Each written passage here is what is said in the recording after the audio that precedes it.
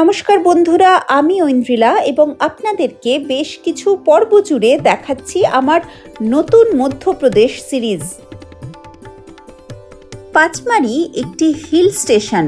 এটা মধ্যপ্রদেশের হোসেঙ্গাবাদ ডিস্ট্রিক্টে অবস্থিত। পাঁচমারিকে বলা হয় সাতপুরা কি রানী, অর্থাৎ সাতপুরার সবথেকে সুন্দর জায়গা নাকি এই পাঁচমারি।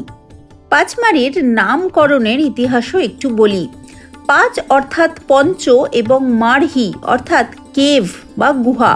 পঞ্চপাণ্ডব নাকি বনবাসে থাকার সময় এই পাঁচমারি গুহা নির্মাণ করে এখানে বসবাস করতেন, সেই জন্য এই জায়গার এরকম নাম। চলে এলাম হান্ডিকো।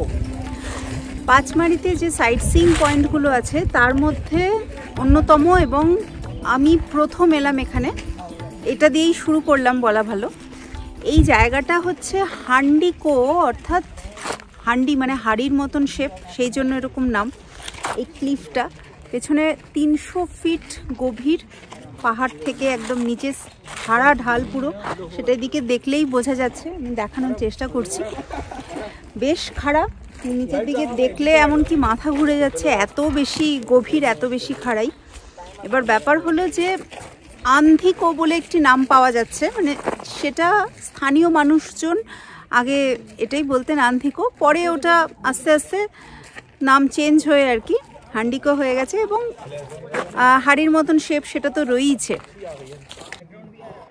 দেখুন কতটা খাড়া, এই ওপর থেকে এরকম জায়গা থেকে নিচে এতটা ছবি আসছেও না, দেখানো যাচ্ছে না। আর এটা ইকো পয়েন্টের মতন, এখানে বহু মানুষ নিজের নাম ধরে ডাকছেন, তাহলে স্বাভাবিক পাহাড়টা যেহেতু কাছে আছে ওটা ইকো হয়ে আবার ফেরত আসছে আওয়াজটা।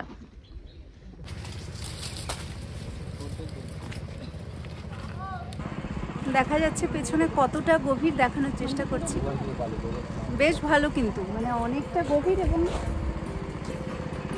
সত্যি আর কি দেখা যাচ্ছে না। রাত্রের দিকে একটু ঠান্ডা ঠান্ডা লাগলেও দিনের বেলা কিন্তু প্রচণ্ড গরম। পাঁচমারিতে হান্ডিকোভের কাছাকাছি আখের রস খেলাম। এর পরের পয়েন্ট হলো প্রিয়দর্শিনী।